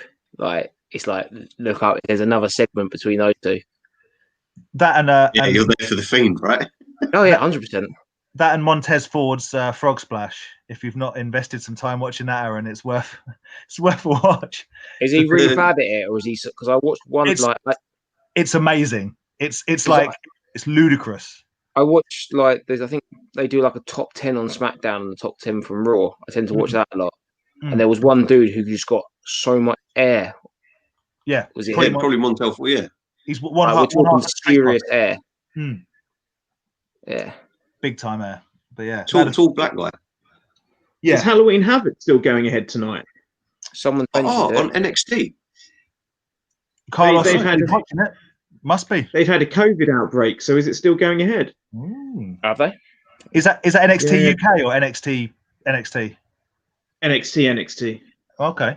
So it'll be. I'm just going to go onto the thing now. And he's going to stop listening to us and just watch TV. No, I'm just going to see if it's on. I can't stay up till like 4 a.m. again. I did that Sunday and I have to go to work. Quick one from Badger Toys. What company shop website do you say is the most reliable for pre-orders? Adam, you don't do pre-orders or anything like that for toy wise, do you? Do you do any? No, I hear good things about Star Action figures. Just they sometimes take a little bit long to get things out, but I hear good things about them. In Demand, I hear good things about as well. In Demand are good. Comics and Cocktails are very good, even though they got broken into twice. They've still managed Adam, do you do pre-orders for like comics or anything like that? I do subscription orders for comics and graphic novels. So people can come to you for that. So yeah, it's a bit harder with the toy side of things because depending who you get your supply from, Marvel Legends Punisher of a motorbike, I had that a month before Star Action figures. So it's hard to do pre-orders because if someone sees it earlier from someone else and I still haven't got it, they're more likely to get it from them. You still got them in shop, mate? Yeah, I still got them in shop. Interesting. I'd like to get a good look at that on Saturday. I might be buying that off you. He wants to see your big Punisher. I want to see your hog and the Punisher. 6-inch. Wow. There's a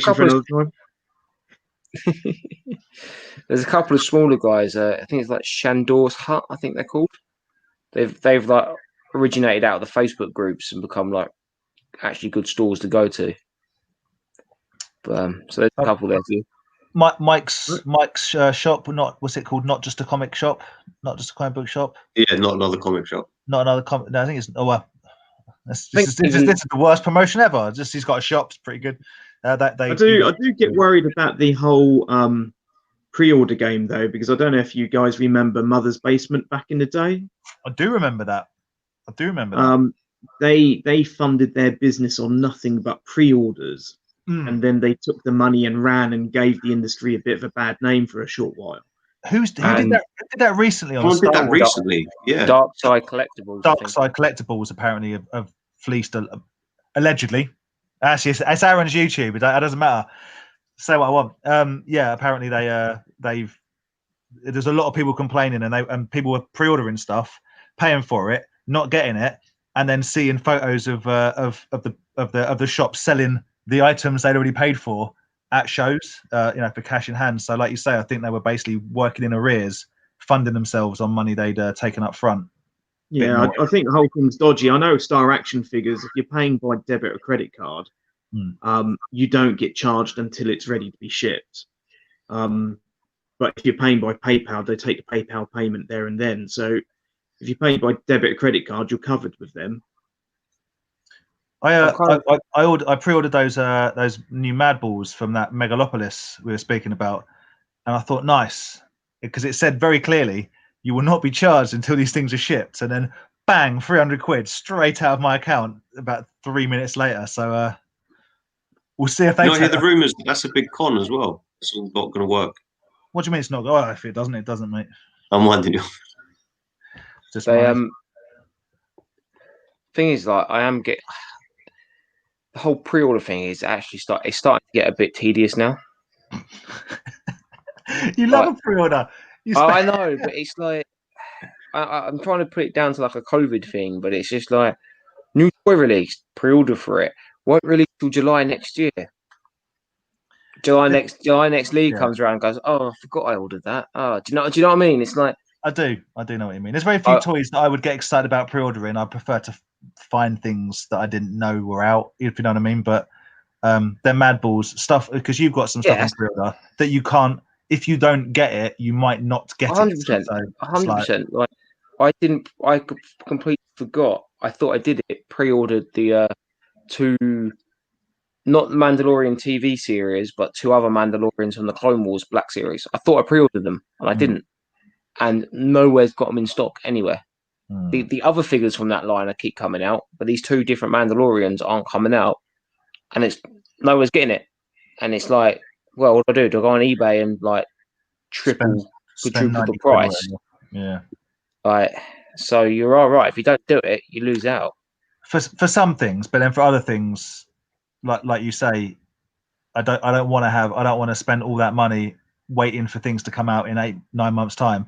And more to the point, I'd almost rather spend the money, because if you know you've got it now, and then go, oh, that's a nice little exciting gift I forgot about. But like you've had before, and I think Annie's had as well, is you basically commit to all these pre-orders, and all of a sudden your bank accounts start getting drained as they start shipping. Yeah, you know, right? And then you keep adding to it, because there's the next set of pre-orders come out. There's a next set of pre-orders. But again, we're talking about this stuff like we always do. Like we couldn't just not buy toys. Do you know what I mean? This is all very self-inflicted. We don't have to order anything. So I might give up. I might turn to comics next. Oh, that's a dangerous route to go down, I tell you. I feel like that could be worse than toys. I've got some great variant covers, mate. I'll sell them. Good cheap price. Wish I knew someone who had a shop that I could sell comics. Do you guys have the same problem with people flipping stuff for extortionate prices when it comes out? Yeah, we do it all the time. Yeah, and people flipping stuff that you know what the value is currently. I'm obsessed with what I call burbles. Yeah, the Thundercats burbles. Thundercats burbles. People are paying like 120 quid for the set of 3, but we get them regularly for £3 each and sell them for like a £5. Like, not anymore. I still do. I don't care. I'm not Well- playing your corporate game, Aaron. I'm bringing the prices down for the people. I'm changing. I'm moving on from being a toy collector to a businessman. All right, so Aaron, you're going to buy all my burbles off me for £5 and sell them for 90 quid. Yeah, man. Feel like I lost. I've looked like I lost you. This is what happens when you get your first YouTube ad check come through. You become a different person. We're making that pyramid scheme money now, boys. Nah, yeah, nice. Oh, yeah, ads. Yes. People buy stuff, and then all of a sudden it's nuts, especially new stuff. You know, it's just crazy prices. I don't understand why people do it. It's same in the comics. You can have a comic come out today on a Wednesday that's flipping on eBay for 20, 25 quid, and people are paying it. It's a £4 comic. And then 4 weeks later, it's back to being sold as a £4 comic, and then the flippers are on something else. Yeah. People just need to stop enticing those sales, stop following the herd, and just Is it a fear of not getting it? Maybe you think the fear of missing out on it, that they go, I've been guilty of that of some toys. You think I know I'm paying over the odds, but I want to guarantee that I get one, sort of thing. I think there is a little bit of that false that is kind of manufactured to be that way. Like, oh my god, like I need to get this now. Do you know what I mean? Because I might never get it again. And like you got to think, just like surely like Hasbro or Mattel, they're constantly churning this stuff out. You just got to wait for it to come. Yeah, but I guess the second-hand market that seems to generate it. So we've always obviously talked about Hasbro wrestling figure prices recently and certain other things. It's almost like if people stopped paying the crazy prices, then they wouldn't be the crazy prices. They're only that much because people have decided they're worth that much. But those retros, that series wasn't released in this country for many, many months. So people were paying extortionate prices on import rather than waiting for the UK release. Dude, I bought every single one of those figures for no more than £12 each from like a UK wrestling shop. I'm not saying I'm special. I'm just saying I sent a WhatsApp to the guys today. There's someone selling an on-card Ric Flair for 120 quid, a retro, a Mattel one, and people are saying that's a good price. That, and I'm thinking, is it? But then I bought it for 12 quid, like not that long ago. You know what I mean? I get it. If it was on the 80s, it, got the Woolworth sticker on it. I understand, but I'm talking about less than 3 years ago. They cost less than 15 quid each. How is it worth 120 quid now? Did you think because no one bought it back then because there wasn't this Hasbro surge? Like if that surge was happening now with the release of the Mattel figures, Mattel would be releasing more and more figures. I think it's because a lot of them didn't get released in the mainstream shops. Like the later series, and you got the two rare figures of Roman Reigns and the second Kevin Owens. Fine, I get that. But then why people are spending like 100 quid on Junkyard Dog and 120 quid apparently on Ric Flair? I don't think the later series made it to places like the Entertainer, which makes me think at some point they might. And people are finding Junkyard Dogs and Gold Dust. Well, they recently found them in the Entertainer. Yeah, Junkyard Dog, Kevin Nash, Samoa Joe. Yeah, Elias and all that lot. So I do agree with what you're saying, Aaron. I think it was weird. Well, my opinions are probably far too known on this. I think they've missed every opportunity given to them. The Mattel Hasbro figures sold quicker than anything else amongst adult collectors like us because it reminds you of the toys you had as a kid, right? Yet the choices they made of the figures is sickening, and the opportunities they missed out on, and the fact they stopped doing it. There's no females. There's no managers. There's no, all the. They could have done. Yeah, they could have done managers. They could have done some females. They could have done. You're going to give me two stings. You're going to give me two stings, and not even flat top Ivan Drago sting. Oh, come on. They're both jobs, right? To do though. Sorry. They probably still had a full lineup to do. Just that they possibly got told to cancel the line because they went off of that stupid He-Man line. Yes, I think they got told to switch the line to the He-Man, but I don't know if it's a personal thing, I guess. Some people love the fact they got 27 Shawn Michaels and 1,000 Macho Man, but you just think if you're going to make new lines, there's so many deserving. How can you say someone like the Big Show or the Dudley Boys, don't deserve that line of figure if you're saying Sting does, if you're saying Triple H does. Do you know what I mean? No females, no managers. Whatever. But Even no, I agree. commentators. They could have done Jerry the King Lawler as a Mattel figure, or the Jesse the Body. Jesse Ventura as a Mattel. They could have done a lot of things, but people are clambering for them to remake the Hasbro ones. I say no, don't remake the original Hasbro ones. That's done.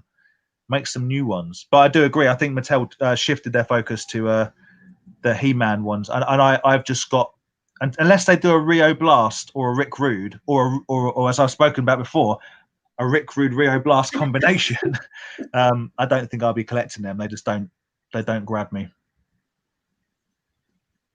sadly. Trying to think of who they would actually use for Rio Blast. Rick Rude, I'm telling you. They could do the Rick Rude Rio or Rick Rude Blast. Let's call it Rude Blast. Well, Rio Rude. maybe not in today's day and age. Could be so good. Imagine that. Imagine Rio Blast with all them guns, but with Rick Rude's tash and mullet. It'd be Randy Blast The Randy Blast. to annoy you. If I had a Rick Rude Rio Blast crossover figure, I could probably sell 90% of my collection and still be happy with just that one figure. It encapsulates everything I love about action figures. Jokes, absolute jokes. There you go, kids. That's what you need. Toys with knee guns. Chest guns, face guns, head guns. To be fair, Rio Blast is loaded. It's the best. Ads, what was your favourite toy line as a kid? Transformers for definite. Chucking Mask and Thundercats. I always wanted Centurions, but I never had them. Centurions are awesome. And I've looked at them recently, but they're too pricey. I would love to have some Centurions. It's not many people talk about Zoids anymore. I recently sold a bunch of Zoids, didn't I? I think people are either into them or they're a little bit terrifying because there's so much going on. And they are very cool. They're a bit ahead of their time, aren't they, I guess? I got the second season in Japan. You can still get them in Japan. But it's the buildable factor as well, because it's two toys in one, because you can build it and then you can play with it. Yeah. What was your? I was never into them. I missed it. What was your favourite Mask vehicle, if you don't mind me asking? Condor with Brad Turner. Nice. Used to love that bike into a helicopter. Fair. In fact, I still have it, and I still have the original box in the shop. Nice. And my very, very first toy that I remember, Soundwave, that's in the shop, still in its box. Oh, nice. With the Argos barcode on the side of it as well. Nice. Just bring it in there one day and like, excuse me, can I get a price check? See if you confuse some young bird like what? I take it they're not for sale, those two items. They are for display purposes only. Much to Rob's chagrin, he's seen my Constructicons mint in box. He's seen all the Mask toys with all the boxes, all from my childhood. I kept everything. Nice. Yeah. So they were played with, but all the boxes are like near on mint, and he wants to buy the lot. But no, the nearest thing I sold him all my Thundercats last year, and I sold all my G.I. Joes last year as well. So you're literally funding Robbo. His secret's out. I could have sold them to the other Rob. I'm sure he would like my Mask collection to go with. Love it. Was it Tats and Toys Rob? Yeah. I've never known someone to know so much about Mask. I love that guy. I love it. Like every now and again, he posts a picture on Instagram. He's making Mask cars out of like Coke cans and stuff. It's awesome. So good. He's the one hope I've got of finding a separate, a Stinger. My favorite Mask vehicle, the Stinger car. There's like a front cannon. I just don't want to spend 30 quid on it. But he'll probably charge you 50. You know what? That's fine. I'll give it to him. I know. I love his enthusiasm for Mask. It's the best. Badger's got a job lot of Zoids from Toy Planet UK. Nice. Very nice. If you're into Zoids, I bet that is so much fun to like put them all together. And I'm not very good like that. No, cool. The only thing is with Zoids, what I remember, they always had these little rubber things that went over like the bit, but you always lost the rubber bits, and the little silver men that came with it. You always lost those as well. Yeah. Oh, tiny little men, right? Tiny. Yeah, Smaller my size. Smaller than Mantiforce, they were. Really, really small. Oh, yeah. Oh, question for ads. Yeah, sorry. What's the most expensive comic book you've ever sold? I've currently got a book in the shop, which is the first appearance of Annihilation. That's about 800 quid. Wow. I've only got one comic in my personal collection, and that's the Legends of Dark Knight issue 1, signed by Bob Kane, and it comes in a pine box with velvet inlay, and the certificate for it is metal engraved. Nice. Oh, wow. Amazing. That is a posh comic. That's the only thing I wouldn't get rid of. I remember as a kid that cost me 300 quid as like a 15-year-old, and the amount of newspaper round money I saved up to buy that book. And that's the one thing I've kept. Jeez. I just find it strange, like, because I'm just not into comics, like, spending that sort of money on a toy, as much as it's, like, expensive, I'd be like, yeah, okay, I can understand why someone would do that. What's the difference? But, yeah, no, I just don't know. In my head, I'm like, a comic, they're so thin. It's just, I don't know. That's These toys, you get, like... That's how I feel about your laser beasts. Yeah, well, yeah, this is the same thing. It's so small. Yeah. You remember the Warner Brothers Studio stores? Sorry? The studio tours. The Warner Brothers Studio stores back in the day. Yes. There's one in Kingston. Yeah. Yeah, I used to buy the animation cells in there. So I used to manage Virgin Cinemas like 20 odd years ago. And every week we got paid weekly. I'd go straight into the one in Lakeside, buy a new Batman animation cell, and I had hundreds of cells in my collection. Nice. Were they the ones that used to come in like a frame? Yeah, framed up. Yeah, okay. That's cool. That is cool. I sometimes regret not making more of those kind of stores. That like there was a Starlog Press in Kingston. There was a really cool toy shop in Woking. You know, sort of when you think back at what was available. Gambling different time though, right? Because the toys that those guys had in at that point would now be considered the toys that the vintage people are hunting for, because they weren't vintage. Well, they're you know, in the late 90s they were only 10 years out from 80s, but now it's like 30. So it's cool, though. But then it kind of makes it more fun when you find this stuff for obviously good prices, but yeah, it's few and far between now. Still out there, mate. Oh, 100%. Hopefully we get a full year of proper hunting next year. Yeah, I think not having the volume of toy fairs affects it as well. I don't know why I think that. It's not a fully thought out thought, but like I think not being in amongst it with the people, and I don't know, it takes it. I don't want to just live on as we did do, just like go into a car boot every now and then. It kind of kills it a little bit for me. Like I say, I'd rather meet you guys for a breakfast some mornings than trawl around the field. Would your collecting habits change then if we grew Chatham? As in my collecting habits, who I would buy from in Chatham? Well, you basically said without as many shows, your habits kind of change. So if Chatham grew, would it help with the collecting, or? I think Chatham could and would be a relatively important addition to the Toy fair calendar. I say toy fair calendar. That's quite our area centric. To the south, I don't know what I don't go up north. I'm too lazy to go to toy fairs up there. But when you're talking about Birmingham, Sandown, Kempton, whatever, I think there would be room for Chatham to be added to that, and I think that Chatham expanding could potentially be quite important because I don't see the other ones coming back anytime soon. So, and also adds, if you bother talking to me after today's ramblings, you'll know that I change my mind every half an hour. I'm going to sell all my stuff. I'm going to give it all away. I'm going to buy more stuff. I'm going to burn it. I don't know what I'm doing. So my habits change on the time of day, and also if I see something I like. But growing Chatham, I think, would be really good.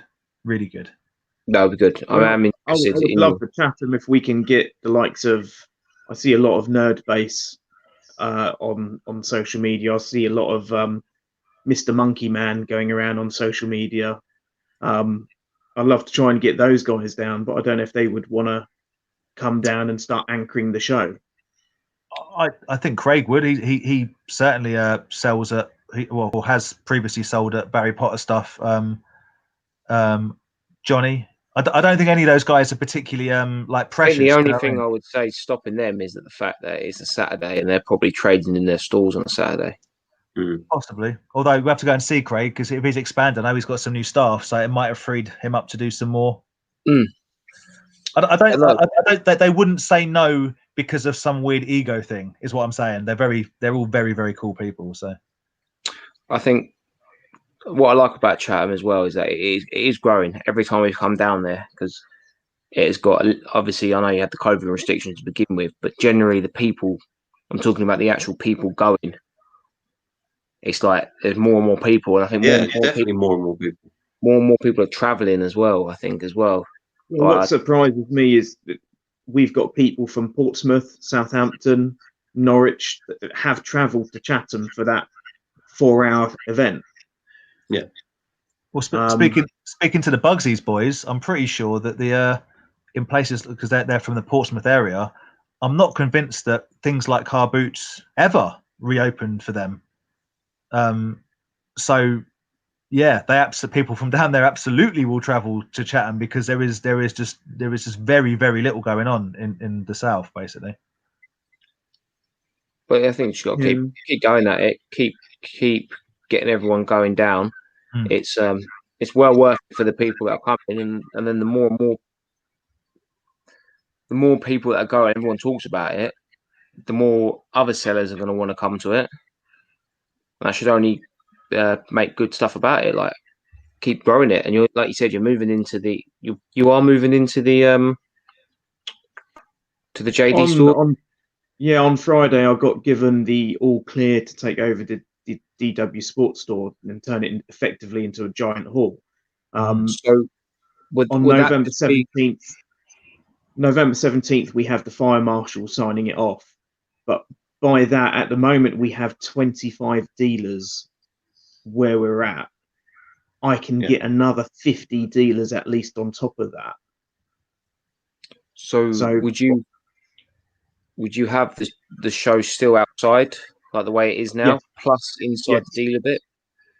Yeah, so as soon as you come up the escalators, you've got the whole upper mall, which will have the event on, and then you move into DW Sports, which will become a giant extension to that event. So would your shop stay where it is, and that just becomes an extra area for you, or would you move your shop into there? No. The DW Sports Store will effectively become an event hall.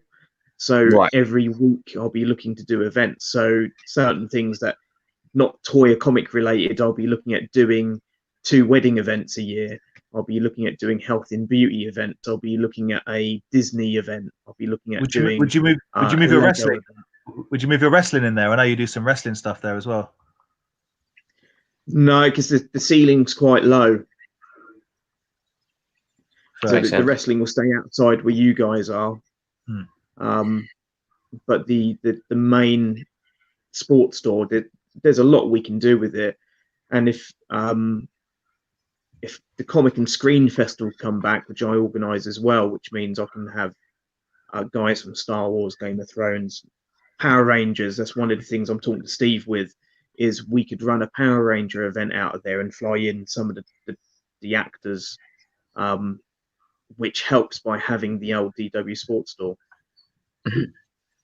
And in the current climate, the advantage of running the event out of a shopping centre that's also owned by the council is we're completely COVID compliant. Yeah.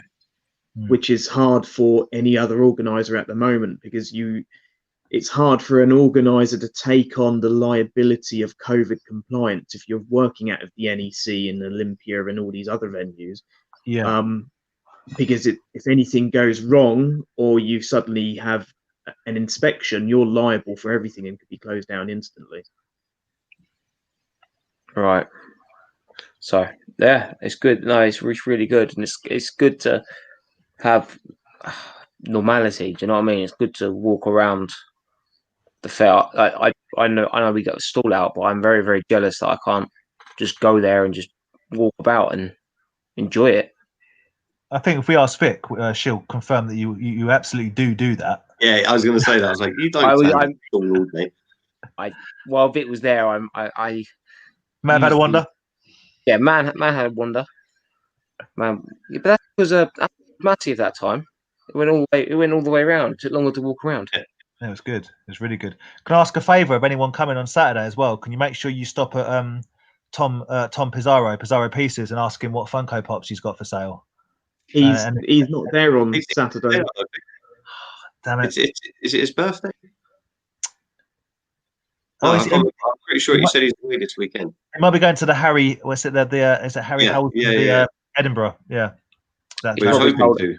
He's probably told Adam he's sick, and now you've told him it's his birthday. He's Harry. No, I don't. Museum. He's pulled a sickie on Adam. Like. Vic was supposed to take his space, but Rob's taking that space now. You said that Vic doesn't drive, so I don't know how Vic gets anywhere without. I know because his cousin takes him as well, doesn't he? Is Ken doing it? Do you know? No, Ken's not doing it. I love Ken. So Rob's having the both, or is the other Rob? Rob's having both. Okay.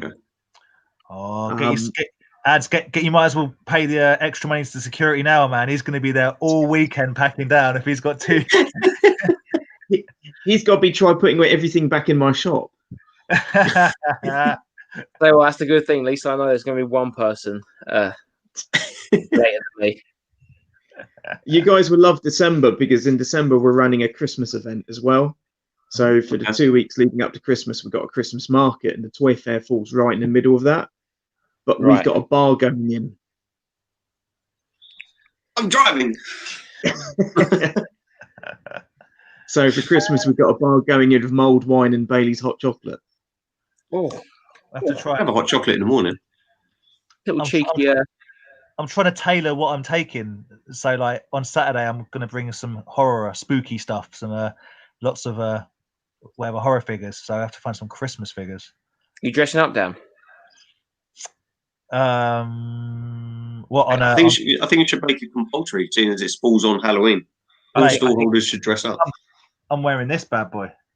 That's scary enough, isn't it? The legend got me yesterday. There you go. Yeah. Love Chatham Toy Fair. Come on, P. Get yourself down. Come on, do it. It's not that far. And Ed's in the house. Yo, Ed. Ed's in the house, and we're literally about to wrap it up. So I know, right? Right. It was nothing you said, Ed. It was nothing that you said, but we are going to be wrapping this up. Ed's here. Go. Cut it off. All right, guys. Well, big thank you to Adam for joining us. Thanks for having me. Sorry if we kept you up. Yeah. So, like I said, Adam runs Zooks. Get it up here. There's a Facebook. Bedway Toy Fair. Oh, he's got an eBay store as well. You don't have a proper online shop, though, do you? It's due to open. zookspopculture.co.uk will be opening soon. Nice. But you even get funny stuff on there. It's not funny, mate. That is literally what the Tories think of us right now. No government likes any people. Don't. No. Anyway, Sad but true. Sad but true. but yeah, What's appreciate the it. saying these days? Starve a kid, save a quid. I thought it was eaten out to help out. Guys, it's all about toys. Appreciate everyone watching. Please like the videos. Go follow us all on our social medias. Appreciate it, and we'll see you very, very soon for another Toy Division Live. If we don't, we'll see you Saturday. See you on Saturday. Chatham. I'll see you in November. Make sure you go to November's one. Not this. Come to this one, but also go to November. It is November, right? Yeah, it is November. November 28th. Yeah. Only this week, ads. Andy went, it's only Monday. I mean, and Aaron were like, it's most definitely Tuesday. It's like, oh. Thing is, Andy, stall holders at the actual show in October get first dibs. So if they all go, you might be missing out. First dibs in November. I've already secured the table. I think. I sent some pictures of my tank tops. He's fine. Tank top with the drawings on your arms. You allowed me to colour them in next month. Yeah, there we go. That's the deal. I appreciate everyone in the chat. Thank you very much for watching, and we'll see you very, very soon. Let's see ya.